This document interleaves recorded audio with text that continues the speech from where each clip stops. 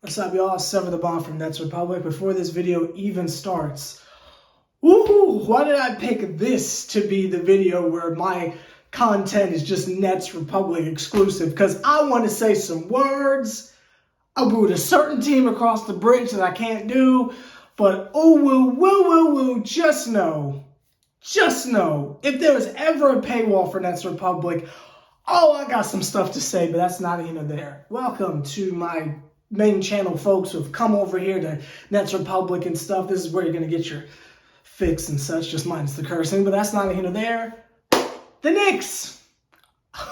Oh, the Knicks. They thought. They did. They thought they had a chance. They thought, oh no, this is the one. I would say since I made the transition, like as soon as the restart happened in the bubble, since then, I don't believe the Knicks have beaten the Nets. I'm pretty sure, not even once. You could probably trace it back further, but I wasn't here for that. So I'll say from pandemic to now, Knicks ain't beat us yet. And I find that so funny because they're always so spicy with it. Now, this time I will say Knicks fans were awfully tame because normally there's like a back and forth on Twitter and stuff. I think they saw what we did to Philly, realized their season was already over, and just left the shenanigans to the side. And I'm here for that. Poor Cam Reddish is out. I know he hurt himself. Poor Cam. But that's not here nor there.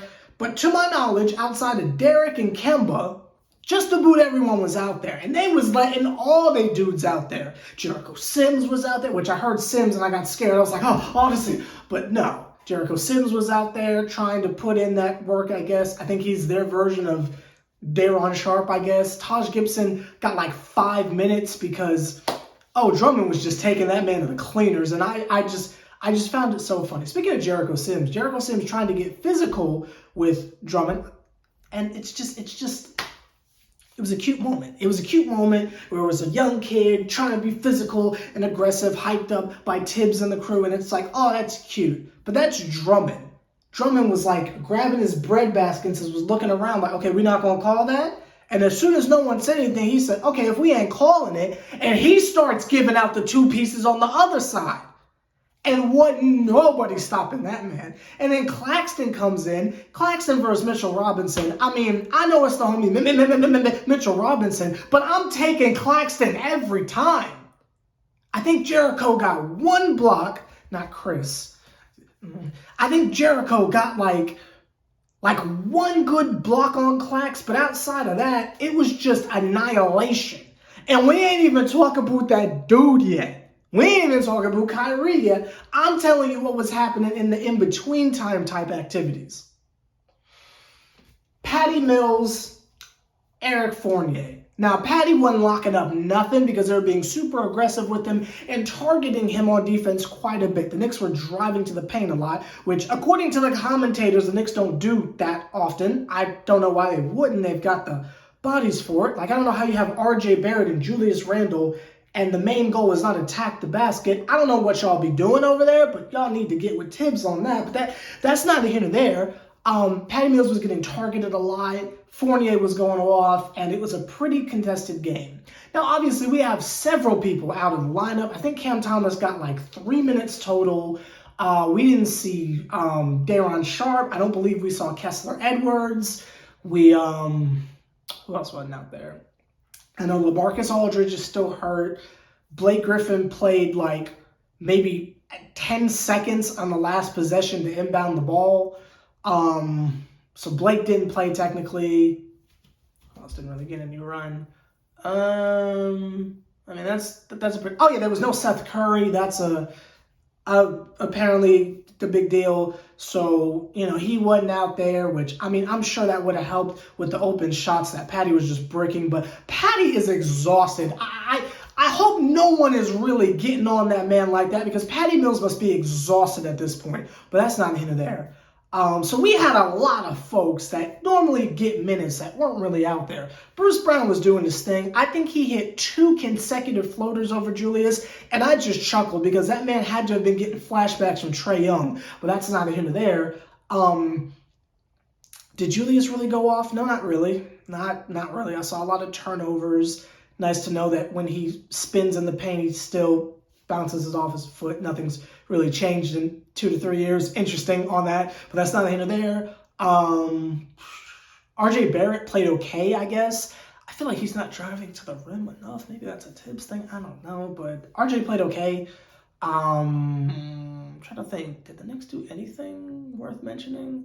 Not really. It was just contested because I don't know. It feels like anytime we play them, they treat it like it's game 7 of the finals. And when that's the case, you're going to get the absolute best of whoever is on the other side of the court. Thank God there's no Derek. Thank God there's no Kemba. So we didn't really have to worry about a specific ball handler saucing us up because it was like Alec Burks starting at point for them. So it's like we kind of knew this was a dub going in. We just didn't expect it to be that close. Dragic played really well as far as his job, and that is get open layups, hit an open 3 every now and again, and pass the ball. He had this one like Rondo fake out where he ran in the paint, juked it up, whoever they had at center like flies over the top, he kicks it out over to somebody for an open 3 or something like that. I'm pretty sure they missed, but it was great. James Johnson, I thought, played well for what we're asking him to do. I thought he played well. Obviously, Bruce Brown played incredible.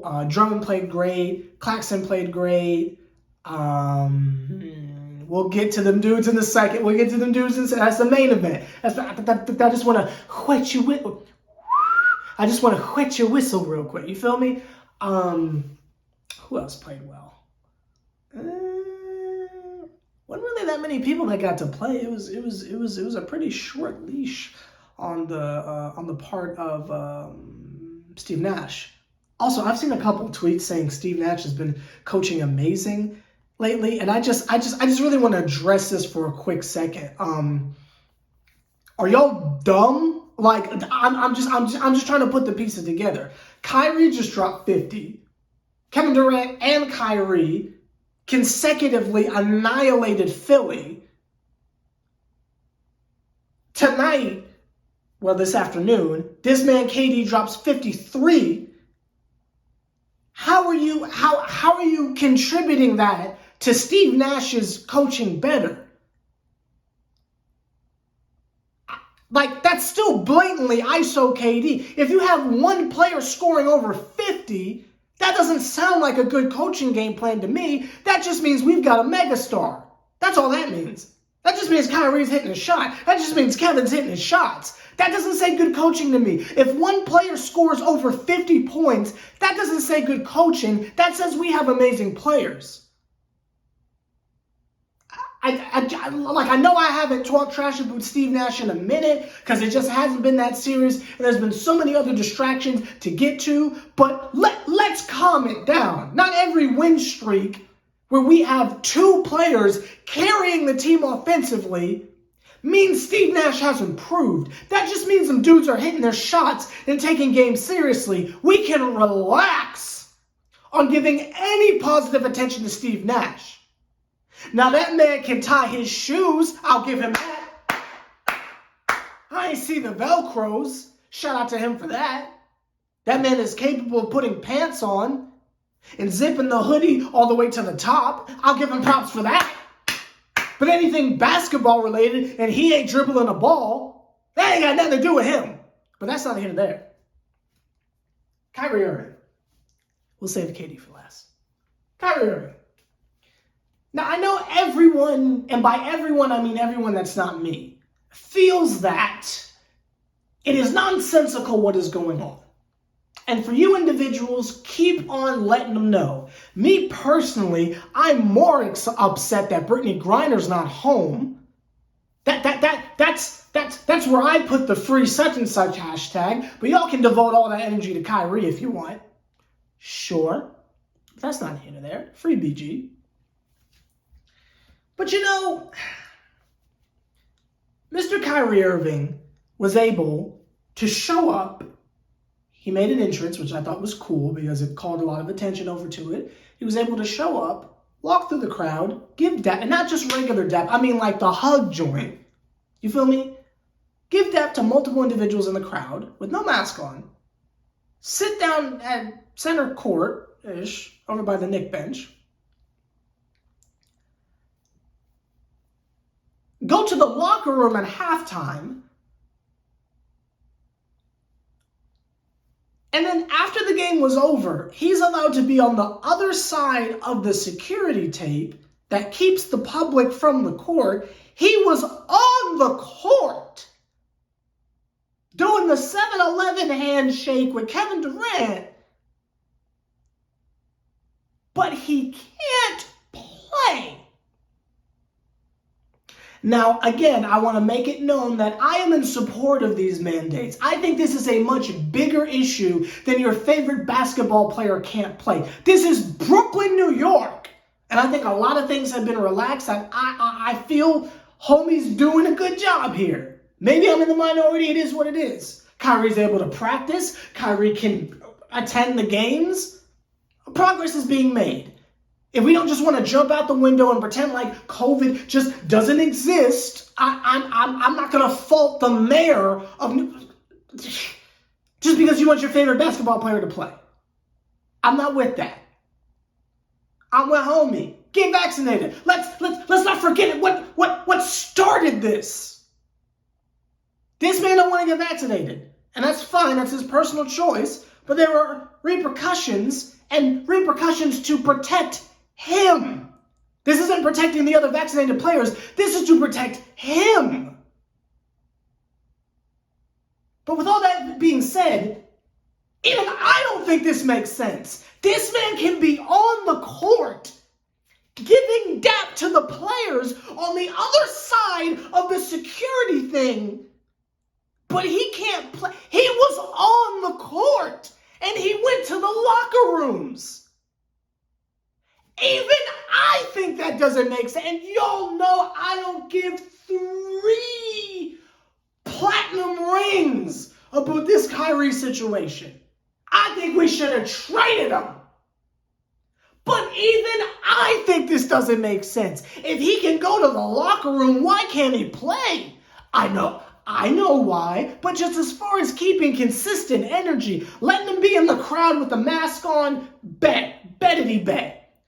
But allowing him to go to the locker room and be on the court post-game, but he can't play, that doesn't make sense. I do think the moral of the story is get vaccinated or get off the team. But I am willing to concede to y'all that none of this makes any sense. In terms of the consistency of the rules, that is nonsensical. Again, I'm down for him being in the crowd and he can't get on the court. But if he's on the court after the game and you let him go in the locker room, that just doesn't... But that's neither here nor there. That's neither here nor there. This is just another chapter in our saga of multiple reasons as to why if we don't win the championship, we can put it on this, I guess. If that makes y'all feel cool about this, but that's not here nor there. Now it's time for the main event. Kevin Durant. As we stated last game, we saw Kevin Durant upset. We saw Kevin Durant angry. I can't remember the last game we played. I'm going to be quite honest with you. I don't remember what it was. I think it was Philly. I don't know. I think it was Philly. I'm pretty sure it was Philly. I'm more than positive it was Philly. We saw angry Kevin Durant. We saw pissed off Kevin Durant. I don't know if I can say pissed off, but pissed off Kevin Durant. Tonight, we saw, oh, you can't guard me, Kevin Durant. And I'll be honest, this man hasn't been healthy like that. So a lot of the stunning performances he puts on, it's like it's not recent enough for me to have a level of awe in terms of this man. What I mean by that is maybe y'all followed him when he was in Golden State and when he was on OKC and stuff like that. I didn't pay attention to anything that man was doing. If it's not a New York team, I don't know what's going on. You'll have to forgive me. Unless it's the Atlanta Dream. I don't know what's going on. If it's not in New York, I don't know what's going on. Sorry. So when we get this man, and he doesn't play the first year, you feel me? He doesn't come back for the bubble. Come back to last season. I mean, he was hurt a good bit of the games. I don't know if we remember that. He either had COVID or contact tracing, whatever it was called, or he was hurt, you know, I didn't start giving man's props until the playoffs because that's when he was consistently playing. We talk about this season. I mean, he was gone for like a month and a half. Like, he doesn't play. So you'll have to forgive me if I sound like a little ignorant when it comes to Kevin Durant, because I haven't seen this man play consistently. But this man is just showing all the stuff that y'all have been trying to tell me about this individual. Not only, you know what, I don't want this video to be too long. I want to get to the point because y'all been waiting on this. I apologize. But I've talked at length about all the things Kevin Durant does that to me is just so insane to me. Obviously, the fact that it genuinely feels like every time he shoots the ball, it's going in. Aside from that, let's Michael Jackson style this. Rest in peace. Let's break this down a little bit. The fact that this man is able to score 53 points and almost have 10 assists. He had 9, I believe. Let's just round that to 10. 53, let's round it all together. 55 points, 10 assists. If we're rounding, 55, 10 assists. Do y'all understand the amount of cerebral, like Randy Orton style, like Triple H with a sledgehammer type, calculated basketball Kobe insanity you have to possess to be able to score 55 points and still get everyone else involved and play D? Like with Harden, what always just had me so stunned is the fact that he would drop 40 and it would be a triple-double. And it's like, how do you balance taking shots and getting people involved? But with Harden, he's doing it by getting fouled and the flailing and the flopping. With Kevin Durant, it's on jump shots. And most of the time he's doing it from the mid-range. It's not even like he's just spraying threes like that. I feel like I sometimes confuse him as if like he's like a 7-foot Curry. That's not the case. This man is shooting from everywhere. He's yamming on folks. Imagine if Denver Melo was 7 feet tall. That is what we're looking at. And to attempt, I don't know how many shots he took to get to 55. I'm sure it was efficient, so let's say 25. I'm sure it was in the 30s, but I'm going to over-exaggerate and say it was only 25, which might not even be that far from the truth because he's so efficient. To attempt that many shots to where, I got to be honest, at times it felt like he was coming down the court and shooting every time. He'll take a little pause, he'll get people involved, then he'll get right back to it. And still, with the 10 assists, and he's getting rebounds, he might block a shot or two. If he's been doing this the whole time for other teams, you'll have to excuse me, I wasn't watching. But he wasn't doing that here. I don't know what regular season game y'all finna pull up where he's been doing this. He did in the playoffs. But I ain't seen this in regular season. It's not human. Like, I understand why people just get all these other legends out of here and be putting KD on their Mount Rushmore. Because I get it. This guy is insane. Now, I keeps the same energy. I ain't a fan of homie like that. I think it's dope how he plays. I think it's cool how he'll be busting your you know what, and then he'll be talking trash to you at the same time. I think that's great. I think that's cool. I think that's awesome. I love how he stands up for Kyrie and his teammates. That's amazing. I'm just personally not going to ignore like a decade of hate and just magically get over it and be like, oh, he's doing amazing things on my team, I'm a fan of him. I'm not nasty like that. I keeps the same energy. Now, if he gets us a championship, I ain't saying a word, all hell KD, but in the short term, I just want to make it clear I ain't switching up or nothing like that, but that's not here nor there. Kevin Durant is absolutely incredible. There is no one currently, I think it's real close between him and a certain other individual. And I don't want to cause extreme rage on a positive video, but I'm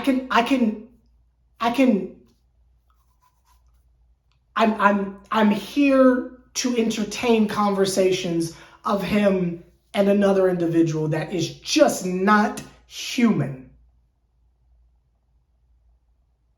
I'll say this, Braun. Like, do you see what he does every night? 50 twice? Come on now. Then Kevin Durant, 53. He'll drop like 40 points back to back like it's nothing. I mean, in the playoffs, he basically dropped 50 back to back. But LeBron runs the team. But KD, the leadership. But KD, like, you feel me? Like it's. I can entertain both at this point. That is how incredible I think Kevin Durant is. And coming from me, that is a lot. Let me know your thoughts down below. This was an incredible game. And to do it without Kyrie, I mean, Kevin is in some type of a mood. Now, what I want to see and what I'm personally interested in, is this the type of output he can continue to do? Or is this just special occasions he's going off for 50-something? Is this man so good that over a long stretch of time, he can just continue to do this and not get tired? I don't know. I'm asking y'all. So let me know down below. Is this just what KD does and he's just healthy now? Or has he just been getting up for big games? Let me know. Because if he can keep doing this by himself, is it really a big deal Kyrie's not there? Because if he's doing this, hey, that changes the context. Yeah, had Ben Simmons eventually. So let me know that down below if you made it this far in the video. Does KD do this all the time, or are these just special games? Because if he can drop 50 in his sleep, I don't know if it matters Kyrie's part-time. But let me know. I'll see y'all later. I almost said a different outro. That is not this channel. Ooh, I gotta get used to this. Hope y'all enjoyed the game. I know this is several hours removed, but kid got a life. And I'll see you later because I'm gonna go finish living that life. I think Tuesday's the next game. So I'll see you Tuesday.